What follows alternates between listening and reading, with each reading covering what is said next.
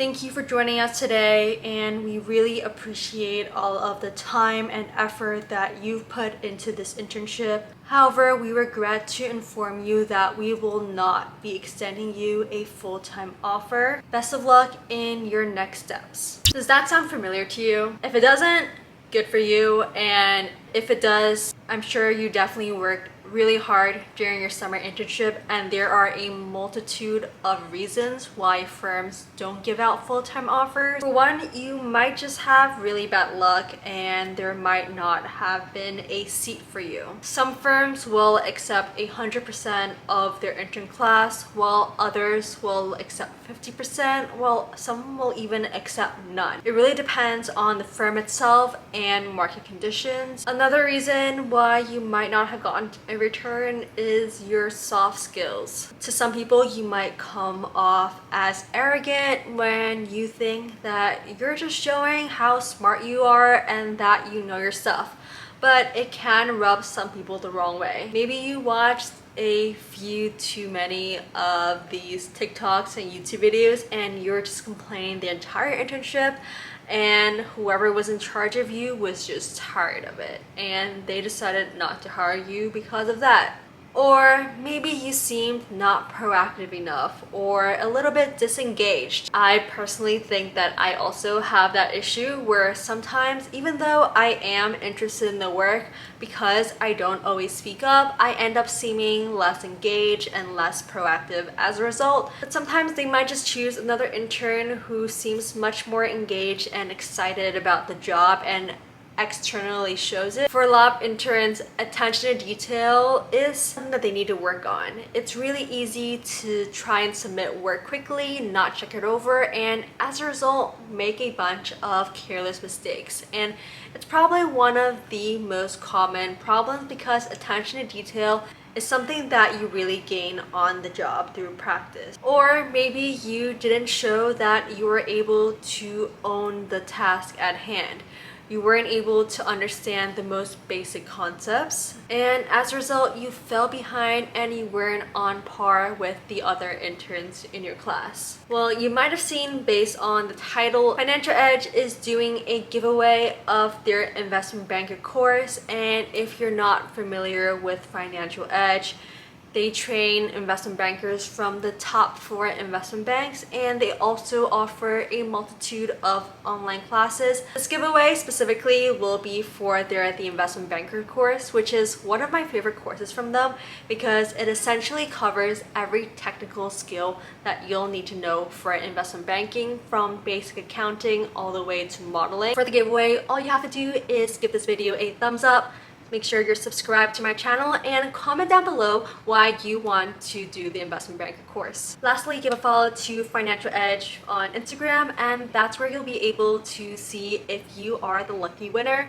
So usually after not receiving a return offer, you have a few options. If you still have the time to participate in internships, absolutely go and find another internship. Or if you feel that going back to school or taking a gap year is the best decision for you, do that.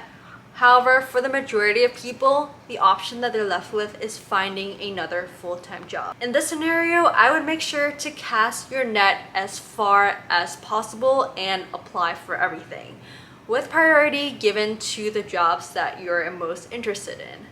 So if you're applying for investment banking, I would first see what full-time positions are open for bulge brackets and elite boutiques, and then go towards lesser known middle market or regional boutiques, and finally take a look at other types of finance jobs out there. So when you go for an interview for this new full-time role, here's what you should and shouldn't be doing. Firstly, if the firm hasn't asked you whether you got a return offer from your previous internship or what happened, don't even mention it. There's really no need to dwell on it if it's not asked.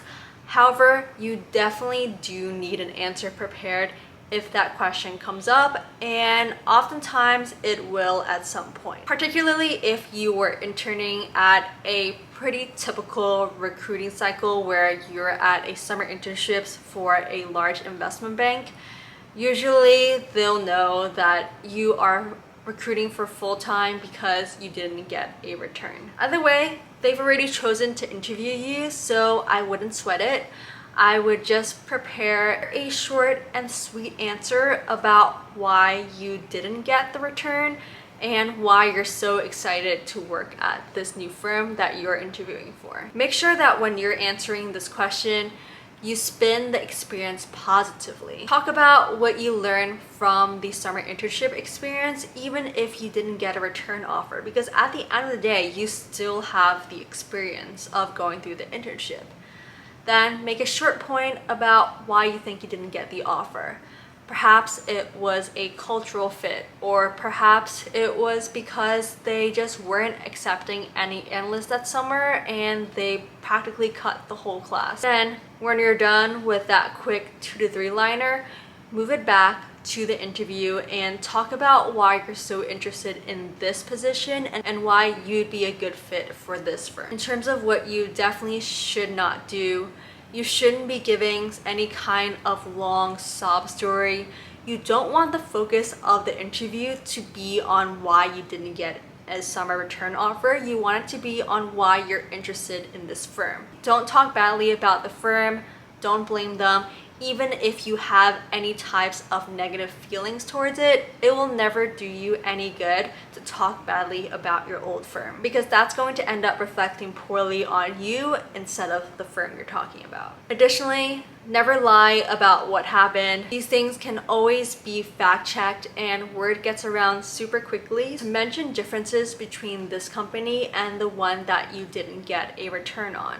Let's say that the firm you were interning for is a huge corporation. Talk about how you felt that you didn't really fit into the culture of such a large bank, and as a result you feel that that's why you didn't get the offer, and that this new firm you're working with is a boutique. It's much smaller, everyone's much more tight-knit, and you feel like you can really get the ownership that you want. Try to spin the fact that you didn't get a return into a positive story. However, again, if the interviewer doesn't ask you why you didn't get a return offer, go with the flow, don't bring it up. Remember that an interview is an opportunity to make you seem like the most compelling candidate. You're there to sell yourself. You're not there to explain yourself if you are not asked. Anyway, guys, thank you so much for watching. Hopefully you found it helpful, and I will see you in the next video. Bye!